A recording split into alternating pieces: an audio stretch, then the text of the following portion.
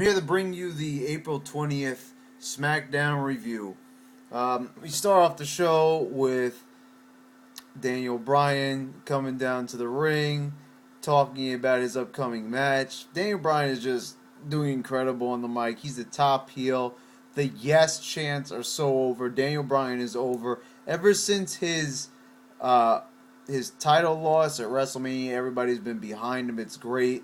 This is the potential that I used to see in Daniel Bryan when he was Bryan Danielson, the American Dragon, in Ring of Honor. When I used to go see shows out on Long Island in a little convention center that was part of a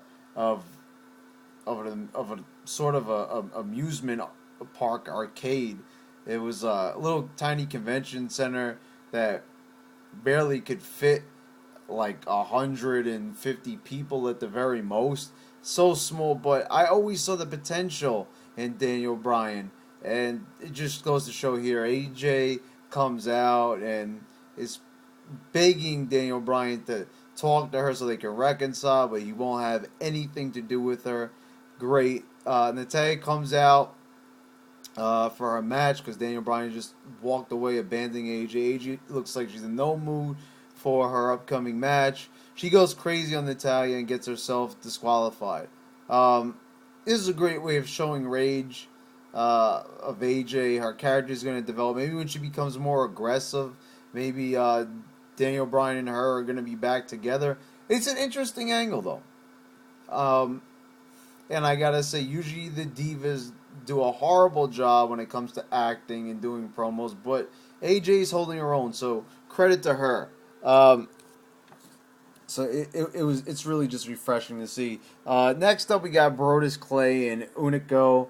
Unico was Sin Cara, remember that? And he was, he had a pretty big pay-per-view match. Yeah, those days are gone. Nobody even gives a fuck about Unico anymore. Brodus Clay, the Funkasaurus. This shit is just ridiculous and played out already. Booker T says that this is what our business is all about. Are you fucking kidding me?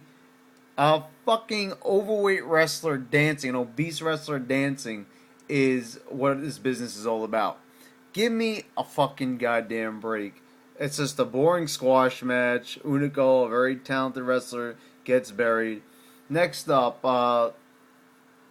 we've got Darren Young and Titus O'Neil facing the Usos.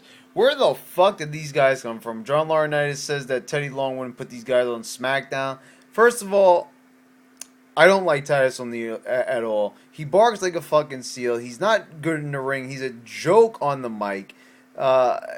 He's just a complete waste of oxygen. Darren Young, on the other hand, was starting to get somewhere with the Nexus, but once the Nexus was obliterated from WWE television, so was Darren Young's career, and he was relegated back to NXT. Now, as we all know, NXT is not on TV anymore in the U.S. It's the only country that doesn't show NXT.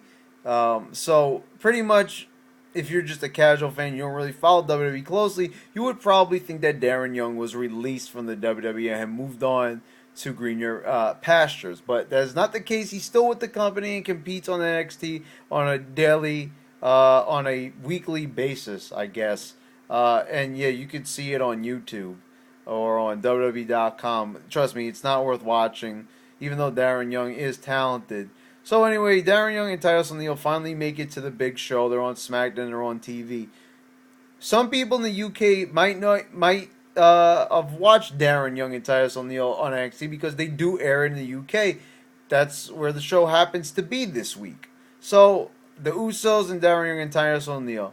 Usos, they got talent, but they're getting buried. So Titus and Darren pick up the win. Actually, not that bad.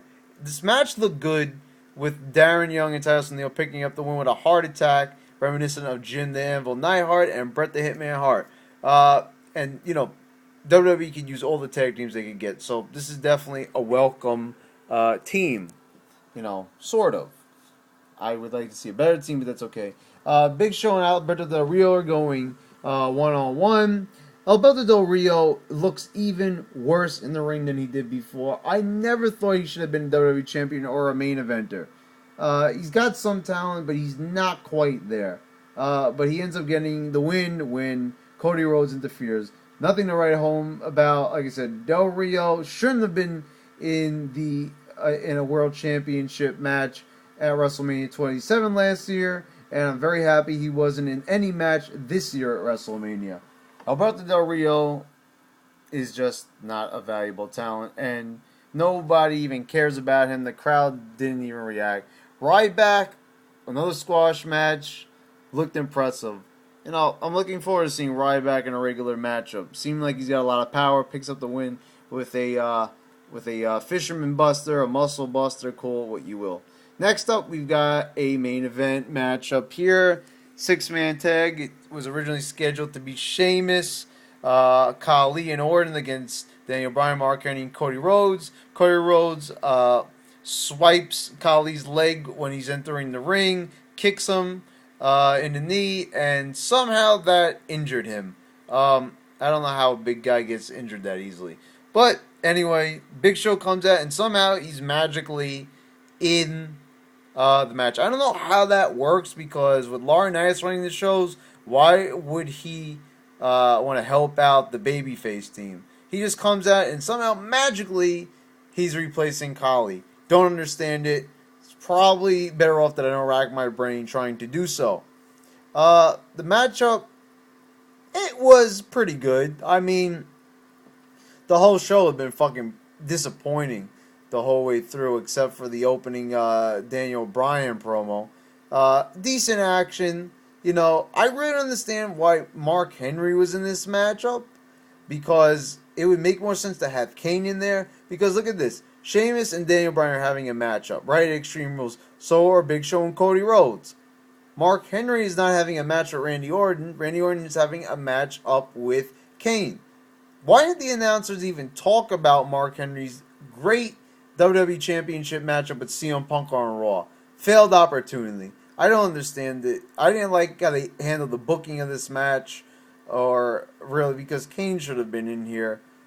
It's just not proper build-up. Who booked this thing is what I want to know. But it was decent action. Really nothing to write home about. But, everybody did their part. And even though, Michael Cole pointed it out, the heel team actually worked very well together. Mark Henry is actually improving as a worker this late in his career, which is kind of weird. But he had a great match on Raw, and he's been continuing to have great matches these past couple of months. So, I would usually rag on Mark Henry being in the main events, but not this time. He's actually sort of earning his spot in a way. But a decent matchup. Big Show hits the WMD on Mark Henry, leading to an RKO. Randy Orton gets the pin on Mark Henry. Smart booking, because Mark Henry doesn't have a matchup at Extreme Rules yet, and he's not having a matchup with anybody at the pay-per-view, so it makes sense for him to be pinned. Anyway, why wasn't Kane in this matchup? I don't understand the booking. What, was Kane unavailable? Anyway, that's it. SmackDown had been better than Raw, about a month ago. And I would continuously say that in these reviews, but guess what? The past 2 weeks, Raw has been a stronger show than SmackDown. Weird. I don't understand it, but it was very hard to compete with Raw, but these matches sucked this week. The main event was average. Everything else on this card sucked tonight. Just, really an abysmal show overall. Just, really, just boring. But a decent main event. I will see you for Raw.